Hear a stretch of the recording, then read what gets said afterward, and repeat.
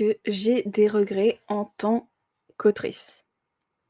Bon alors déjà je pense qu'on a forcément tous des regrets, mais je pars du principe qu'il faut toujours mieux regretter quelque chose que l'on a fait que quelque chose que l'on n'a pas fait. Ah oui, j'aurais peut-être dû dire ça dans ma philosophie, dans la vidéo d'hier. Si vous voulez la voir, elle est juste ici. Mais est-ce que j'ai vraiment des regrets en tant qu'autrice? Eh bien c'est ce qu'on va voir dans cette 27e vidéo. Bonjour, bienvenue à tous et à toutes sur cette chaîne. Je suis Sandra Laguiller, je suis écrivaine et aujourd'hui on va parler de mes regrets. Alors si ce n'est pas déjà fait, je vous invite à vous abonner et à activer la cloche des notifications pour ne rien rater des prochaines vidéos qui viendront sur cette chaîne, soit dans ce défi de 30 jours, soit un peu plus tard dans l'année. Aujourd'hui, parlons de mes regrets. Alors, faut savoir que j'ai pas vraiment beaucoup de regrets en tant qu'autrice. Il y a des choses que, avec l'expérience, j'aurais fait différemment, ça c'est sûr, mais je n'avais pas l'expérience que j'ai aujourd'hui. Du coup, est-ce qu'on peut vraiment parler de regrets? Je ne pense pas. Il faut juste savoir qu'il y a des choses que des fois on fait et quand on a du recul, plus d'expérience, eh bien on se dit qu'on aurait fait les choses différemment, mais il faut pas regretter, je crois, parce que ça s'appelle simplement la vie. S'il y a vraiment quelque chose que je pourrais dire regretter, c'est de ne pas avoir travaillé plus sur l'écriture quand, j'étais, au lycée ou en tout cas à la fac. J'écrivais beaucoup, mais c'est vrai que ce que j'écrivais n'était pas forcément très qualitatif. En tout cas, c'était beaucoup moins qualitatif qu'aujourd'hui. Je crois que j'aurais certainement dû écrire beaucoup plus, j'aurais dû passer plus de temps sur mes textes, à corriger mes textes et j'aurais dû, peut-être, oui, faire les choses différemment. J'aurais peut-être dû, me lancer dans l'auto-édition, mais il faut dire que, dans les années, on va dire, 2008 à 2014, époque où j'étais à la fac, eh bien l'auto-édition, c'était pas du tout ce que c'était aujourd'hui, c'était aussi très, très mal vu. C'est pas non plus très qualitatif, hein. Franchement pour, les textes en auto-édition que j'ai lus à l'époque, en tout cas les textes français, la qualité n'était pas ce qu'elle est aujourd'hui. Et il y avait plein de choses que les personnes, auto-éditées, ne faisaient pas. Donc par exemple, avoir un ISBN, heu, faire le dépôt légal, des choses comme ça, les gens ne le faisaient pas.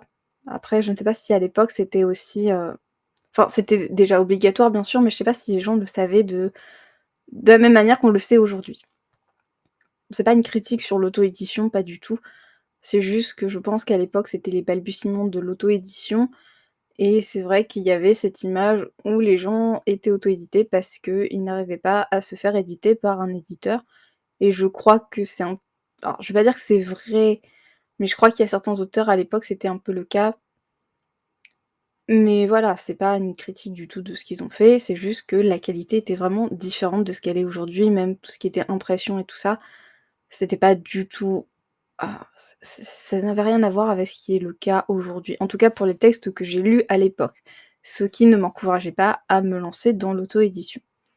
Puis il faut savoir que l'auto-édition c'était assez cher quand on est étudiant, ben, on n'a pas forcément énormément de moyens non plus financiers. Donc voilà, c'est pour ça, que ça fait partie de mes regrets de ne pas m'être lancée plus tôt dans l'auto-édition. C'est pareil pour ma saga. Maintenant, je me dis qu'avec le recul, j'aurais dû écrire des choses différentes. J'aurais dû travailler certains points plus que d'autres. Mais voilà, c'est simplement que j'ai plus d'expérience et plus de recul. Mais je ne regrette pas les choses comme elles se sont faites. Elles se sont juste faites comme je pensais qu'elles devaient se faire à l'époque. Mon second regret, c'est de ne pas avoir fait preuve de plus d'autodiscipline, notamment quand j'étais à la fac, parce que j'avais vraiment le temps d'écrire. Et je crois que j'aurais dû, ben, mieux gérer mon temps pour écrire plus et j'aurais dû aussi être beaucoup plus attentive en cours de montage. J'aurais peut-être dû lancer une chaîne YouTube à l'époque également. Mais bon, faut dire que, on n'était pas on pouvait pas se servir de son smartphone pour faire des vidéos. Il fallait avoir une caméra, il fallait avoir des logiciels de montage. C'est vrai que j'avais les logiciels de montage à la fac, c'est vrai que j'avais, les caméras de la fac, mais à l'époque, ça ne m'intéressait pas, de faire des vidéos, sauf que c'est vrai que maintenant je me dis que ça aurait été, quand même beaucoup mieux si j'avais pu les faire à l'époque. En plus, Enfin, j'avais tout le matériel, on va dire, à disposition, ça aurait été, nettement plus facile enfin, pas plus facile qu'aujourd'hui, mais ça aurait été plus facile à l'époque d'avoir du matériel de qualité. Hem, on aurait même pu faire des projets avec d'autres étudiants de la fac. Enfin, franchement, ouais, c'est un gros regret de ne pas m'être lancée sur YouTube à cette époque et de ne pas avoir fait, ouais, plus de contenu, sur les réseaux, d'avoir, mis tant de temps à trouver une image de marque, tout ça. Mais eh bien, les choses se sont faites comme elles devaient se faire, je pense, et c'est peut-être pour le mieux. Ce qui me retenait à l'époque, c'était surtout la peur de ne pas faire les choses correctement, la peur de me tromper, la peur de ne pas intéresser les autres. Mais au final, j'ai surtout appris qu'avoir peur, ça ne sert pas à grand-chose, qu'il faut mieux se lancer, échouer si c'est le cas, et tirer le meilleur de l'expérience que l'on a réalisée. Donc voilà, ce que je regrette surtout, c'est d'avoir eu peur de me lancer. Mais maintenant, je me suis lancée. Voilà ce que je pouvais dire sur mes regrets. Mais c'est pas vraiment des regrets, c'est juste que la vie fait que les choses se font d'une certaine manière et des moments, eh bien, c'est de cette façon qu'elles doivent se faire.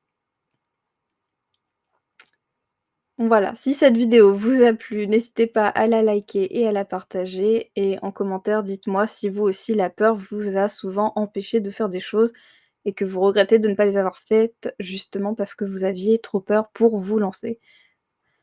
Mais si je pouvais vous donner un conseil, c'est simplement, bah, faites les choses. Et au pire, ben, utiliser un pseudonyme. Alors oui, après sur les réseaux sociaux, ça peut être possible en ne mettant pas sa tête, mais c'est vrai que pour faire des vidéos, ça peut être un petit peu plus compliqué. Quoiqu'il y en a qui arrivent à faire des vidéos sans montrer leur visage. Donc voilà, n'hésitez pas, lancez-vous, c'est vraiment le meilleur conseil que je puisse vous donner. Je vous dis à demain pour la 28e vidéo de ce défi. En attendant, n'oubliez pas, lisez, rêvez, écrivez des histoires.